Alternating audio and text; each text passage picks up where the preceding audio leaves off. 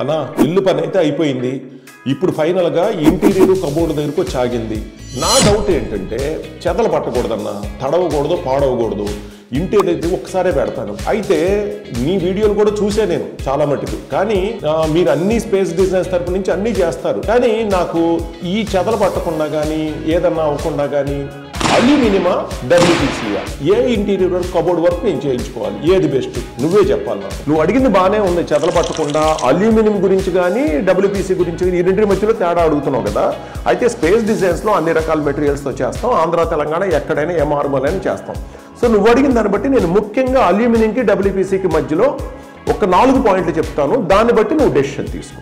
అంతే అన్న, నువ్వు చెప్పే దానికోసమే నేను ఎదురుకు వచ్చింది. అదో ఇదో ఏదన్నా ఒకటే చేయించుకుంటాను. చెప్పాలనుకుంది ఏంటో సూటిగా క్లియర్గా చెప్పేసేయన్న. నీ డౌట్ని బట్టి అల్యూమినియం కబోర్డ్సా డబ్ల్యూపీసీ కబోర్డ్సా? So point number 1, aluminium cupboards అయితే నీకు ప్లెయిన్ ఫినిష్లోనే వస్తాయి. అది పాలిష్డ్ అయినా పెయింటెడ్ అయినా ప్లెయిన్ ఫినిష్లోనే వస్తాయి, డిజైన్స్ ఏమీ రావు. అదే డబ్ల్యూపీసీలోకి వస్తే లామినేటెడ్ వెర్షన్ కానీ పియూ వెర్షన్ కానీ పెయింటెడ్ వెర్షన్ కానీ దాంతోపాటు కార్వింగ్ డిజైన్స్ కూడా కొంచెం ప్రైస్ పెడితే కార్వింగ్ డిజైన్స్ కూడా పాసిబుల్, అంటే డెకరేటివ్గా కూడా నీకు డబ్ల్యూపీసీలో పాసిబిలిటీ అవుతుంది. ఇకపోతే రెండో పాయింట్, అల్యూమినియం మెటీరియల్ అనేది టర్మైట్ ప్రూఫ్, వాటర్ ప్రూఫ్, అంటే చెదలకి నీటికి ఏం కాదు. అలాగే డబ్ల్యూపీసీ కూడా అంతే, వాటర్ ప్రూఫ్, టర్మైట్ ప్రూఫ్. ఇక్కడ రెండు సమానమే.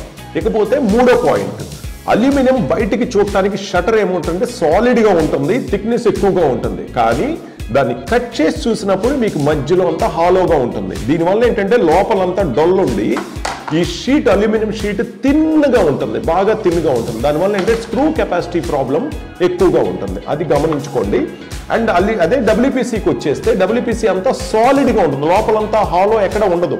కానీ దీంట్లో డబ్ల్యూపీసీల విషయానికి వస్తే అన్ని డబ్ల్యూపీసీలు ఒకటే కాదు, మన స్పేస్ డిజైన్స్లో ఒరిజినల్ డబ్ల్యూపీసీ మాత్రమే దొరుకుతుంది కాబట్టి స్క్రూ కెపాసిటీ ఉంటుంది, సాలిడ్గా ఉంటుంది.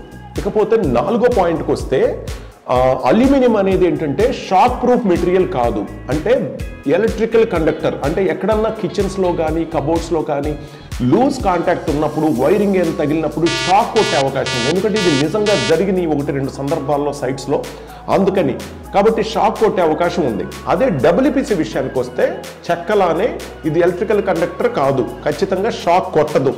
ఎక్కడ లూజ్ కాంటాక్ట్ ఉన్నా తడిచినా ఎటువంటి ప్రాబ్లము ఉండదు. సో ఫైనల్గా నా ఒపీనియన్ ఏంటంటే డెకరేటివ్ ప్రకారంగా అయినా షాక్ ప్రూఫ్ ప్రకారంగా అయినా సాలిడ్గా అయినా స్క్రూ కెపాసిటీకి అయినా దేనికైనా డబ్ల్యూపీసీ బెస్ట్ అని చెప్పాలి.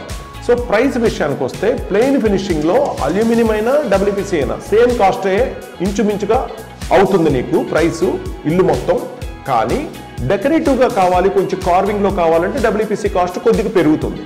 సో ఇప్పుడు నీ చాయిస్ నువ్వు తీసుకో. స్పేస్ డిజైన్స్ అటు అల్యూమినియం అయినా ఇటు డబ్ల్యూపీసీ అయినా వుడ్తో అయినా ప్లైవుడ్తో అయినా ఏదైనా సరే మేమైతే రెడీగా ఉన్నాం ఎక్కడైనా.